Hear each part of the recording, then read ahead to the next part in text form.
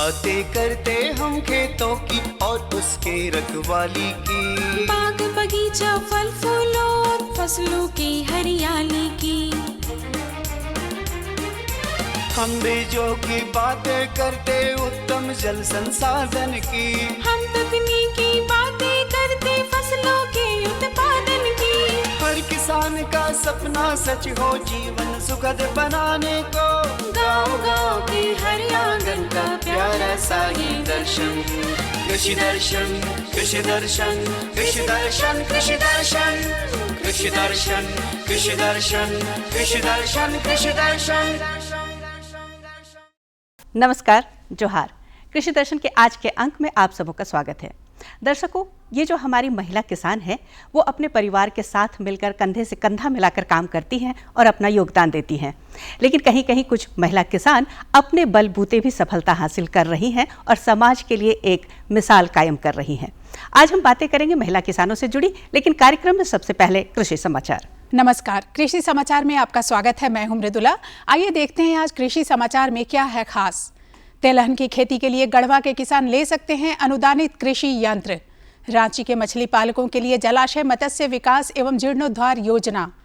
मटर के बेहतर उत्पादन के लिए लगाएं उन्नत प्रभेद पूसा प्रभात। अब समाचार विस्तार से। गढ़वा जिले के किसानों को राष्ट्रीय खाद्य सुरक्षा मिशन योजना के तहत तिलहन की खेती को बढ़ावा देने के लिए अनुदान पर कृषि यंत्र और अन्य उपादान दिया जाएगा। इसमें मैनुअल स्प्रेयर, मैनुअल फार्म यंत्र, rotavator, sprinkler set, seed treated drum, gypsum, sulphur, bio fertiliser P chemicals और बायो कीटनाशी शामिल है। इस योजना से लाभ लेने के लिए गढ़वा जिला आत्मा कार्यालय में 8 नवंबर तक आवेदन दे सकते हैं। रांची जिला के मछली पालकों को जलाशय मत्स्य विकास एवं जीर्णोद्धार योजना के तहत अनुदान पर कई सुविधाएं उपलब्ध कराई जा रही हैं। इसमें वर्ष 2017 से 2018 से पहले बने केज के लिए ग्रो आउट नेट, नया केज हाउस, केज रिपेयरिंग, मत्स्यजीवी सहयोग समितियों के लिए मोटर चालित नाव, मत्स्यजीवी सहयोग समिति या इनके सदस्यों के लिए गिल नेट और नावे के लिए अनुदान देने का प्रावधान है। इस योजना से लाभ लेने के लिए जिला मत्स्य कार्यालय डोरंडा में 8 नवंबर तक आवेदन दे सकते हैं। राज्य के जो किसान नर्सरी में सब्जी फसलों का बिचड़ा तैयार करना चाहते हैं वे इसके लिए पोट्रे या पॉली हाउस का उपयोग करें। पॉली हाउस में कीट और रोग लगने की संभावना नहीं होगी, जबकि पोट्रे से तैयार बिचड़ों की खेत में रोपने पर मृत्यु की संभावना बहुत कम होगी। पोट्रे के हर सेल में एक बीज बोया जाता है।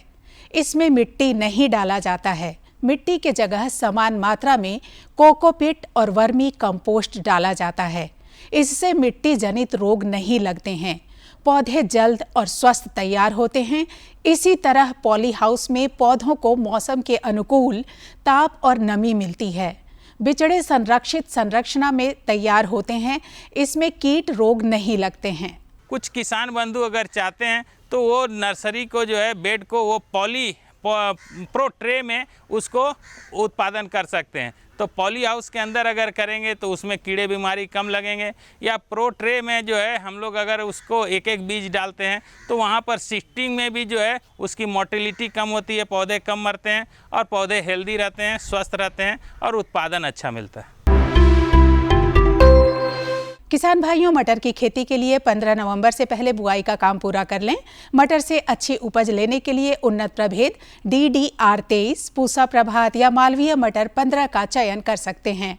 मटर की बुआई में 75 किलोग्राम बीज प्रति हेक्टेयर की दर से लगाएं। इसमें कतारों के बीच 30 सेंटीमीटर और पौधों के बीच 15 सेंटीमीटर की दूरी रखें।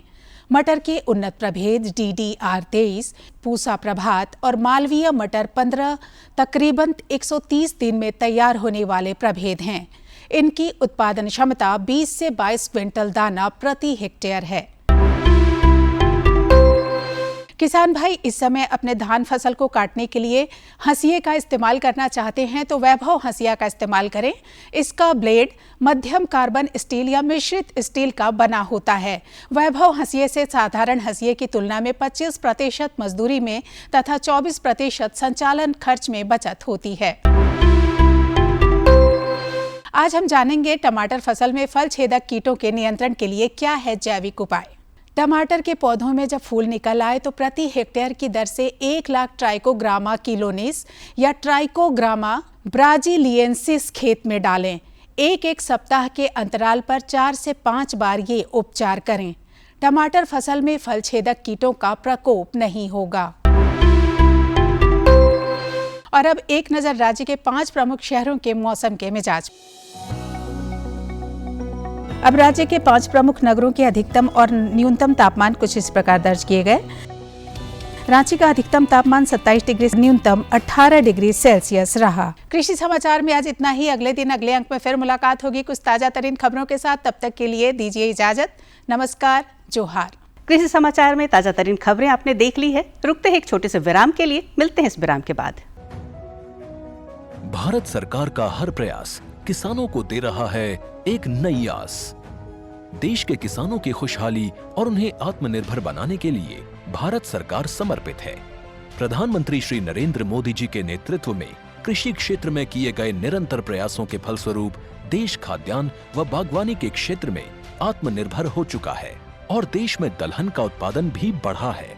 इसी तरह भारत सरकार ने खाद्य तेलों के उत्पादन को बढ़ाने के भी अनेक प्रयास किए हैं। इसी क्रम को आगे बढ़ाते हुए माननीय प्रधानमंत्री श्री नरेंद्र मोदी जी के नेतृत्व में भारत सरकार ने दूरदर्शी निर्णय लेते हुए राष्ट्रीय खाद्य तेल मिशन ऑयल पाम की शुरुआत की है। इस मिशन से देश भर के किसानों को बहुत लाभ मिलेगा। कृषि के पूंजी निवेश में वृद्धि होगी, खाद्य तेल आयात पर देश की निर्भरता कम होगी और रोजगार के नए अवसर पैदा होंगे। खाने के तेल में आत्मनिर्भरता के लिए अब राष्ट्रीय खाद्य तेल मिशन ऑयल पाम का संकल्प लिया गया है। इससे किसानों को तो सीधा लाभ होगा ही, गरीब और मध्यम वर्ग के परिवारों को सस्ता और अच्छी क्वालिटी का तेल भी मिलेगा। यही नहीं, ये मिशन बड़े स्तर पर रोजगार का निर्माण करेगा। इस मिशन के अंतर्गत ऑयल पाम का रकबा और पैदावार बढ़ाने पर जोर देने के लिए सरकार ने 11,000 करोड़ रुपए से अधिक की सहायता राशि निर्धारित की है। मिशन के तहत सरकार ने ऑयल पाम की खेती के लिए रोपण आदि की सहायता में बढ़ोतरी करते हुए पहले मिलने वाले 12,000 रुपए प्रति हेक्टेयर को बढ़ाकर 29,000 रुपए प्रति हेक्टेयर तक कर दिया है। ऑयल पाम के पुराने बागों के पुनरुद्धार के लिए 250 रुपए प्रति पौधा के हिसाब से विशेष सहायता दी जा रही है। पौधारोपण सामग्री की कमी दूर करने और बीजों की पैदावार करने वाले बागों को भी सहायता दी जाएगी। इसके तहत 15 हेक्टेयर ऑयल पाम उद्यान के लिए 80 लाख रुपए तक की सहायता राशि दी जाएगी। इसके अलावा नर्सरी विकास के लिए 40 लाख रुपए तक तय किए गए हैं। पूर्वोत्तर और अंडमान राज्यों के लिए विशेष सहायता का भी प्रावधान है। ऑयल पाम के किसान ताजे फलों के गुच्छे यानी FFB का उत्पादन करते हैं, जिनकी वर्तमान में कीमतें अंतर्राष्ट्रीय मूल्यों में उतार चढ़ाव के आधार पर तय होती हैं। पहली बार केंद्र सरकार ताजे फलों के गुच्छे की कीमत के लिए किसानों को आश्वासन दे रही है। ये व्यवहार्यता मूल्य यानी VP कहलाएगा, यानी किसानों को कोई घाटा नहीं होने दिया जाएगा। व्यवहार्यता मूल्य VP तय करने की शुरुआत 1 नवंबर से होगी और अगले वर्ष 31 अक्टूबर तक जारी रहेगी। इसे ऑयल पाम वर्ष कहा जाएगा। इस योजना के तहत वर्ष 2025-26 तक ऑयल पाम का रकबा 6.5 लाख हेक्टेयर सृजित करने और कच्चे ऑयल पाम की पैदावार वर्ष 2025-26 तक 11.20 लाख टन पहुंचाने का लक्ष्य निर्धारित किया गया है। सरकार के इस महत्वपूर्ण निर्णय से देश में ऑयल पाम की खेती करने वाले किसानों में विश्वास पैदा होगा और वे खेती का रकबा बढ़ाएंगे। इस तरह पाम ऑयल का उत्पादन भी बढ़ेगा, जिससे किसानों की आय बढ़ेगी और ग्रामीण अर्थव्यवस्था भी सुदृढ़ होगी। आज समाज में महिला सशक्तिकरण को लेकर बहुत बातें होती हैं। महिलाओं को शिक्षा से जोड़ने की, रोजगार से जोड़ने की बातें होती है। क्या पशुधन हमारी महिलाओं को सशक्त बना सकता है? पूरी जानकारी के लिए देखते हैं ये कार्यक्रम। यूं तो पशुपालन में महिलाएं अहम भूमिका निभाती हैं। अपने प्रदेश झारखंड में यदि हम छोटे पशुओं की बात करें तो इसकी देखरेख की जिम्मेदारी ज्यादातर महिलाएं ही संभालती हैं। यदि महिलाएं इस व्यवसाय को गंभीरता से लें और इसका प्रशिक्षण प्राप्त कर इसे वैज्ञानिक विधि से करें तो वे अपनी आमदनी अच्छी खासी बढ़ाकर अपने आप को आर्थिक रूप से सशक्त कर सकती हैं। किसान भाइयों, आज इनसे बात करेंगे कि पशुधन जो है महिला सशक्तिकरण में कैसे योगदान दे रहा है।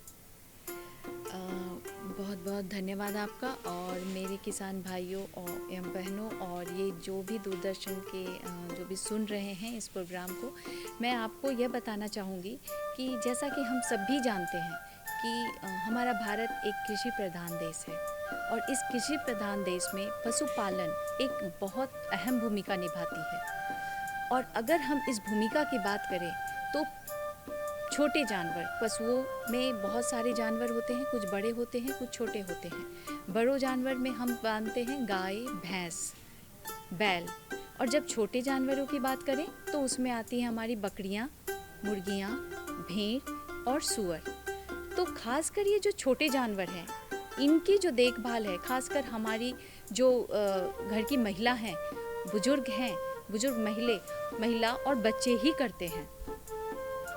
अगर देखा जाए तो जो घर में रहने वाले पुरुष हैं वो अपने काम के लिए बाहर चले जाते हैं, लेकिन जो जानवर वो पीछे छोड़कर जाते हैं तो उनका सारा देखभाल एक महिला ही करती है और उनके घर के छोटे बच्चे ही करते हैं। वो महिला युवा भी हो सकती है, वो महिला बच्ची भी हो सकती है, वो महिला बुजुर्ग भी हो सकती है। अब उस महिला का काम क्या होता है? महिला सुबह उठती हैं, सबसे पहले सारे जानवरों को खाना देना, घर की सफाई करना, जानवरों की सफाई करना, जानवरों के घर की सफाई करना और उनकी सफाई के बाद अपने घर की सफाई करना। तो ये सारी जो जिम्मेदारी है वो बखूबी निभाती है। जब आप महिला सशक्तिकरण की बात करते हैं तो हम इस बेस से ही आगे बढ़ते हैं। जब हम ये सभी जान रहे हैं कि महिला अपने ही इस कार्य में बहुत ही निपुण है, तो इस निपुणता को और बढ़ाने के लिए वो अपने आप को सशक्तिकरण कर सकती हैं। अब जैसे आप ये समझ लीजिए कि महिला अगर इस पशुपालन को उचित वैज्ञानिक तरीके से कैसे किया जाए उसकी ट्रेनिंग ले ली। सरकार के द्वारा जितने भी योजनाएं आ रहे हैं उसमें अगर नारी की एक अलग भूमिका हो तो उनके लिए काफ़ी महत्वपूर्ण होगा। ये पशुधन इनके लिए एटीएम की तरह काम करती हैं, जिसे ये जब चाहे बेचकर अपनी ज़रूरतों को पूरा कर सकती हैं। फिर ये पशुधन और उनके उत्पाद पौष्टिक भी होते हैं, जिसे ये अपनी कुपोषण की समस्या को दूर कर सकती हैं। फिर इस पशुधन से ये अपनी आय भी बढ़ा सकती हैं, यदि वे इसका प्रशिक्षण लेकर इसे वैज्ञानिक विधि से करें। ये कह लीजिए कि जो जानवर वो पाल रही हैं वो जानवर जस्ट लाइक उनकी एटीएम है। घर में मेहमान आ गए या कुछ ऐसी कुछ ज़रूरतें पड़ गई, जैसे स्कूल की फ़ीस देनी है बच्चों की, तो वो क्या करेंगी? वो किन्हीं से पूछेंगी नहीं। उस छोटे जानवर पे वो अपना पूरा अधिकार समझती हैं। वो छोटे मुर्गी हो या सूअर हो, वो जाके उसे बेचेंगी और वो अपने बच्चों के स्कूल फीस को, नहीं तो घर में जो आए मेहमान हैं उनके लिए वो यूज़ करेगी।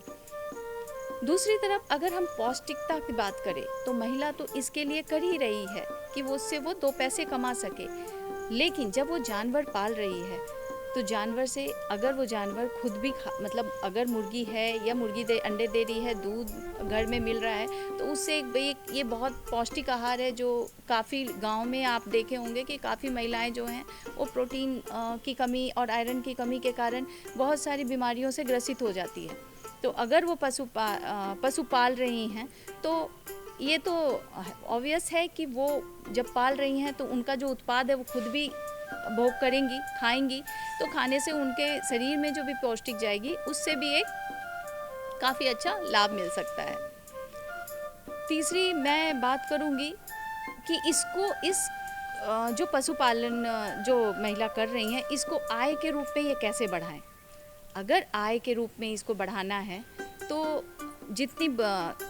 वो जिस तरह से पाल रही हैं वो अपने जानवरों को बहुत अच्छे से जान रही हैं, लेकिन अगर उसमें एक थोड़ा टच अगर वो ट्रेनिंग ले लेती हैं कि वैज्ञानिक तरीके से पशु को कैसे पाला जाए, किस तरह से उत्पादन क्षमता उनके पशुपालन में बढ़ सकती है, तो उनके लिए काफ़ी लाभदायक होगा।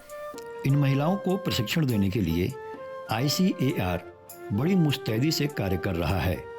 इसके जगह जगह कई संस्थान हैं जो लोगों को पशुपालन का प्रशिक्षण देता है। यदि महिलाएं चाहें तो वे किसी संस्था की मदद से यहाँ निःशुल्क प्रशिक्षण ले सकती हैं और अपने पशुपालन के व्यवसाय को बेहतर बना सकती हैं। जहाँ तक कि ट्रेनिंग की बात है तो हमारे आईसीआर, अगर आईसीआर की बात करूँ तो आईसीआर में विभिन्न संस्थानों में भी ट्रेनिंग की सुविधा है। आप खासकर एनजीओ या अपने ब्लॉक में जितने भी ब्लॉक के स्टेट गवर्नमेंट में जो ऑफिसर हैं या आपका जो ऑफिस है वहाँ जाके मिलें, उनसे ये कहें कि हम ट्रेनिंग लेना चाहते हैं। तो आप में जो संस्थान होगी, जो झारखंड सरकार की बात करें तो झारखंड सरकार वो किसी एक ऑर्गेनाइजेशन को उनको बताएंगे कि इतने लोग नंबर ऑफ ट्रेनीज जो है ट्रेनिंग करना चाहते हैं, तो वो जो ऑर्गेनाइजेशन है वो हमारे संस्थान के पास आएंगे कि हाँ इतने नंबर ऑफ फार्मर्स हैं, इस विषय पे वो प्रशिक्षण लेना चाहते हैं, तो हमारा संस्थान उसको वो प्रशिक्षण को करवाएगा। और इस तरह हमारे संस्थान के जैसे जगह जगह और बिना कि झारखंड में और भी ऑल ओवर इंडिया में बहुत सारे ऐसे संस्थान हैं जहाँ पे ट्रेनिंग दी जाती है। और अगर कोई स्पेसिफिक ट्रेनिंग लेना चाहता है, मान लीजिए कि बकरी पालन के ऊपर लेना चाहता है, तो हमारी मथुरा में भी है हमारा गोट रिसर्च इंस्टीट्यूट आईसीआर का, तो वो हमारे जो CIRG की वेबसाइट है उस पर हमेशा ट्रेनिंग के लिए आती रहती है। तो आप उसको देखें वेबसाइट को, उस पर ऑनलाइन ही फॉर्म सबमिट करना पड़ता है, आप उसको भरें और वहाँ जाके अगर आप चाहें तो 8 दिन, 9 दिन, 10 दिन, कभी ये तीनों तरह की ट्रेनिंग होती है, आप ले सकते हैं। अगर कोई मुर्गी पालन पे करना चाहे तो स्पेसिफिक ट्रेनिंग हमारी जो है आईसीआर की जो कैरी इज्जत नगर बरेली में होती है, हैदराबाद में भी होती है। तो ये सारे जो इंस्टीट्यूट की जो मैं नाम बोल रही हूँ ये आप वेबसाइट पे देख सकते हैं। वेबसाइट पे ये न्यूज़ फ्लैश होता रहता है कि कब ट्रेनिंग हो रही है, तो आप उसको ऑनलाइन फॉर्म भरकर उसमें ट्रेनिंग कर सकते हैं। अगर आपके जैसे अगर मैं झारखंड सरकार की बात करूं या बिहार सरकार की, अगर आप किसी ऑर्गेनाइजेशन की तरफ से आते हैं तो वो ऑर्गेनाइजेशन फार्मर्स के हित में हमें कुछ जो हमारी फ़ी होती है उसे वो पे करेंगे, क्योंकि वो फ़ी जाता है उनके रहने खाने पे। बहुत सारे ऐसे योजनाएं हैं जिसमें उनको निःशुल्क भी करवाया जाता है। पशुपालन आज की तारीख में एक अच्छा व्यवसाय है। यदि महिलाएं इसका प्रशिक्षण लेकर इसमें वैज्ञानिक रुख अपनाएं तो वे अपनी आमदनी बढ़ाकर खुद को आर्थिक और सामाजिक रूप से सशक्त बना सकती हैं। दर्शकों, खेती करते हुए हमें रासायनिक खादों का और कीटनाशकों का इस्तेमाल करना पड़ता है, लेकिन जब से इनके दुष्परिणाम सामने आने लगे हैं, जैविक खादों का महत्व बढ़ गया है। कैसे करें जैविक खादों का निर्माण और क्या है इसका लाभ, पूरी जानकारी के लिए देखते हैं ये कार्यक्रम। किसान भाइयों, जिस तरह से रासायनिक खाद मिट्टी के स्वास्थ्य पर बुरा प्रभाव डालकर उसकी उर्वरा शक्ति को कम करती है, ऐसे में ये अति आवश्यक है कि किसान भाई अपने खेतों में जैविक खाद का प्रयोग करें। यदि आप जैविक खाद को वैज्ञानिक तरीके से बनाएंगे तो इसे तैयार करने में समय भी कम लगेगा तथा ये अधिक पोषक तत्व भी आपकी फसलों तक पहुंचाएंगे, जिससे फसलों की गुणवत्ता और पैदावार दोनों बढ़ेगी। जैविक खाद 2 प्रकार के होते हैं, एक बल्कि जैसे गोबर खाद, वर्मी कंपोस्ट तथा कंपोस्ट आदि।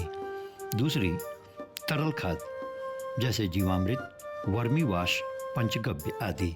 तो सबसे पहले आप हमारे किसान भाइयों को बताएं कि जैविक खाद अगर बनाना हो तो कैसे वो तैयार करेंगे और इसका लाभ कैसे किसान भाइयों को फसलों में मिल सकता है। जैसे हम जानते हैं कि आजकल हम सब रासायनिक खाद इस्तेमाल कर करके हमारी मिट्टी की जो उर्वरकता शक्ति है वो कम हो चुकी है या उसकी पैदावार भी कम होती जा रही है, स्वास्थ्य भी खराब होता है। इसमें हमारा जैविक खाद ही है जो हमारी मिट्टी की उर्वरकता शक्ति बढ़ाएगा, उसका स्वास्थ्य ठीक कर पाएगा। तो इसीलिए हमें जैविक खादों का ज़्यादा इस्तेमाल करना है। मैं ये नहीं कहती कि रासायनिक खाद मत इस्तेमाल कीजिए, आप रासायनिक खाद के साथ जैविक खादों का भी इस्तेमाल करिए, दोनों का समतोल रखिए। तो सबसे महत्वपूर्ण है कि हमें जैविक खाद कहाँ से मिलेगा।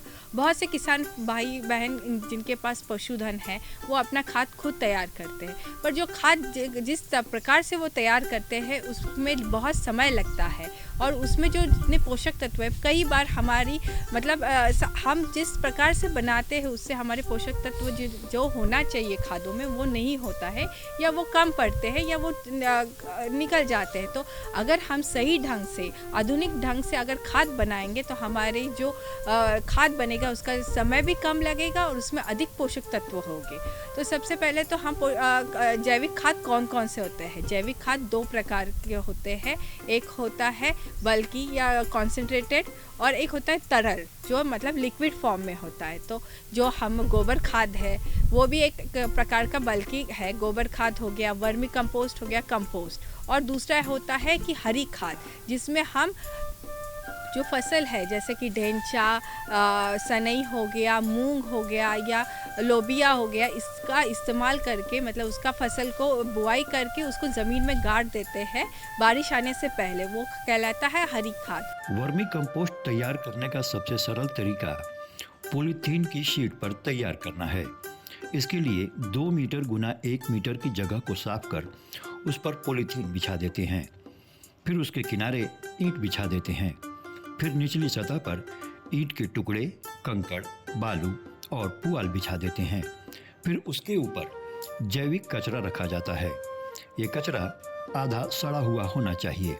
इस सड़े कचरे से 2-3 इंच की सतह बनानी चाहिए। उसके बाद एक सतह गोबर की डालकर उसमें केंचुआ छोड़ना चाहिए। केंचुआ छोड़ने से पहले सतह को पूरी तरह भिगो देना चाहिए और बाद में उसे जूट के बोरे से ढक देना चाहिए। इस तरह से 1 महीने में केंचुआ खाद बनकर तैयार हो जाएगा, जिसके इस्तेमाल से फसलों की पैदावार बढ़ जाएगी। तो सबसे पहले हम बात करते हैं कि वर्मी कंपोस्ट कैसे बनाना चाहिए। तो वर्मी कंपोस्ट ये होता है ना, जो केंचुआ या उसको हम केंचुआ खाद कहते हैं। केंचुआ द्वारा जो बनाया गया खाद है, जैसे केंचुआ जो भी कार्बनिक पदार्थ होता है वो केंचुआ खाता है, अपने मल स्वरूप अपने जो बॉडी से निकालता है और वो जो मल स्वरूप में निकलता है उसको हम केंचुआ खाद कहते हैं। वो जो खाद होता है उसमें बहुत अधिक मात्रा में पोषक तत्व होता है, एंजाइम्स होता है, अमीनो एसिड्स होता है और जो ग्रोथ हार्मोन्स भी होता है। तो सबसे पहले हमें अगर केंचुआ खाद बनाना है तो देखिए केंचुआ खाद कहाँ पे भी बन सकता है। एक बकेट में बन सकता है, मटके में बन सकता है अगर आपके पास कोई रिंग हो, या फिर एक होता है कि सीमेंटेड जो उसका बेड बनता है, या फिर हमको प्लास्टिक वाला भी बेड मिलता है, वर्मी बेड मिलता है। या फिर नहीं होगा तो आपके किसी भी छायादार जगह में साफ जगह देख के आप ना उसके पॉलीथीन शीट बिछा के भी केंचुआ खाद तैयार कर सकती है। तो हाँ, बहुत से हम किसान भाइयों के पास बेड नहीं होगा तो उनके पास एक जगह होगी, जहाँ जगह मतलब 2 बाय 1 मीटर की जगह होगी, तो उसे अच्छे से साफ करके वहाँ पे एक पॉलीथीन शीट बिछा दीजिए, साइड से थोड़ा ईटा लगा दीजिए, ईटा से उसे बांध दीजिएगा। फिर सबसे नीचे वाली सतह जो होती है उसमें आप थोड़ा सा जो भी है पत्थर या छोटे छोटे पत्थर, ईटा का टुकड़ा डाल दीजिए, पॉल बिछा दीजिएगा। केंचुआ खाद बनाने के लिए हमें जो भी हमारा जो सूखा कचरा हुआ या जो भी जैविक कचरा है उसका इस्तेमाल कर सकते हैं, पर ये जो कचरा है वो आधा सड़ा होना चाहिए, क्योंकि केंचुआ है ना डायरेक्ट खा नहीं सकता है। आधा सड़ाने के लिए उसको आप थोड़ा सा जो भी आपका जितना भी फार्म का जो भी वेस्ट होगा या फसल अवशेष होगा, खरपतवार होगा, उसको एक जगह इकट्ठा करके उसमें थोड़ा सा यूरिया का घोल 1% या 2% का घोल मिला के उसको अच्छे से पानी डाल के उसको ढक दीजिएगा और उसको हर रोज़ 1 हफ्ते के बाद उसको मिला लीजिएगा। तो वो 15 से 20 दिन में वो आधा सड़ जाएगा, तो वो जो है हमारा केंचुआ खाद में डालने के लिए तैयार हो जाएगा। इसी तरह से जीवामृत बनाने के लिए सबसे पहले एक बड़े ड्रम में 25 लीटर पानी डालना चाहिए। फिर उसमें 10 किलोग्राम पुराना गोबर मिलाकर घोल देना चाहिए। उसके बाद 10 लीटर गौमूत्र, 1 किलोग्राम गुड़ तथा 1 किलो बेसन डालकर उसे अच्छे तरह से मिला देना चाहिए। फिर उसमें 150 लीटर पानी डालकर उसे ढककर 7 से 10 दिनों तक रखना चाहिए और हर दिन उस घोल को दिन में एक बार हिलाना चाहिए। इससे आपका जीवामृत बनकर तैयार हो जाएगा, जिसके इस्तेमाल से पौधों की उपज बहुत अच्छी होगी। और एक तरल खाद है जो हम घर में आसानी से बना सकते हैं, उसको कहते हैं हम जीवामृत। जीवामृत के लिए हमें जो सामग्री चाहिए वो होता है 10 केजी गोबर, 10 केजी यूरिया, 1.5 लीटर का जो ड्रम है वो चाहिए होता है, 1 किलो गुड़, 1 किलो बेसन और 1 किलो हमारी उपजाऊ मिट्टी। उपजाऊ मिट्टी इसलिए चाहती हूँ कि उपजाऊ मिट्टी में भी हमारे जो सूक्ष्म जीव होते हैं, जो हमारे लाभकारी सूक्ष्म जीव है, वो उधर उससे प्राप्त कर सके। तो सबसे पहले हम जीवामृत बनाने के लिए एक 2.5 लीटर का ड्रम लेंगे, जिसमें हम 25 लीटर पानी डालेंगे और उसमें 10 केजी हमारा जो गोबर है गाय का, वो गोबर भी है ना, ताज़ा गोबर नहीं होना चाहिए, वो 7 से 10 दिन मतलब पुराना थोड़ा सा गोबर होना चाहिए, क्योंकि नया गोबर होता है उसमें बहुत सारा मीथेन भी होता है और ज़्यादा गर्मी भी होती है। तो उसको हमें अच्छे से मिक्स करना है, जिससे उसका जो जितनी भी गांठिया है वो सारा मिक्स हो जाए और वो स्लरी की टाइप बन जाए। फिर उसमें हम 10 केजी यूरिन डालेंगे और 1 केजी गुड़, 1 केजी बेसन डाल के अच्छे से हिला के उसमें बाकी बचा हुआ 150 लीटर पानी, मतलब 200 लीटर पानी डालना है और उसको हमें ढक के 7 से 10 दिन तक रखना है, जिसमें क्या होगा, जो हमारे सूक्ष्म जीव है वो बढ़ेंगे और इसको प्रतिदिन हमें एक बार हिलाना है। और ये जो ड्रम है उसे छायादार जगह पे रखना है, जहाँ पे धूप ना आती हो, मतलब उसको अंधेरा थोड़ा सा छाया मतलब धूप ना हो ऐसी जगह पे रखें। और आपको 10 दिन में आपका जीवामृत तैयार होगा। जीवामृत को जो एप्लीकेशन रेट है, मतलब 1 एकड़ के लिए हमें लगभग 200 लीटर जीवामृत डालना होता है मिट्टी में। अगर मिट्टी में डालना है तो उसको आप डायरेक्ट एप्लीकेशन करेंगे। अगर ये पौधे को एज ए स्प्रे डालेंगे, फोलियर स्प्रे डालेंगे, तो आपको उसको 10% घोल बनाना है, मतलब 1 लीटर जीवामृत को 10 लीटर पानी में मिला के उसका स्प्रे करना है। आप देखेंगे ये जीवामृत भी है, बहुत लाभकारी है। इसकी जो लागत है बहुत ही कम है, मतलब कम लागत का ये जैविक खाद है। ये कोई भी आसानी से अपने घर में बना सकता है। इसके लिए ना ज़्यादा मेहनत की ज़रूरत है और ना ज़्यादा सामग्री की, जो हमारे पास उपलब्ध है हम उसी से बनाएंगे। पर आप देखेंगे इससे हमारे मिट्टी की जो उपज क्षमता है बहुत अच्छी होगी, जीवाणु अच्छे से बढ़ेंगे, जो सूक्ष्म जीव है जो लाभकारी है वो बढ़ेंगे और पौधा बहुत अच्छे से फल उपज देगा। तो किसान भाइयों, इस तरह से वैज्ञानिक विधि का इस्तेमाल कर यदि आप जैविक खाद तैयार करेंगे तो आपका समय भी बचेगा, पौधों को पोषक तत्व भी मिलेंगे और आपके फसलों की पैदावार भी बहुत अच्छी होगी। तो देखा किसान भाइयों आपने, ये जो जैविक खाद है न सिर्फ इसे बनाना आसान है बल्कि ये लाभप्रद भी है। आज के कार्यक्रम में इतना ही। हमने अपनी बात आप तक पहुंचा दी है। अगर आप अपनी बात हम तक पहुंचाना चाहते हैं तो आप हमें खत लिख सकते हैं। हमारा पता है कार्यक्रम कृषि दर्शन, कृषि प्रकोष्ठ द्वारा केंद्र निदेशक, दूरदर्शन केंद्र, रातू रोड, रांची। पिन संख्या 834001। पूरी टीम के साथ मुझे दीजिए इजाजत। जोहार, नमस्कार।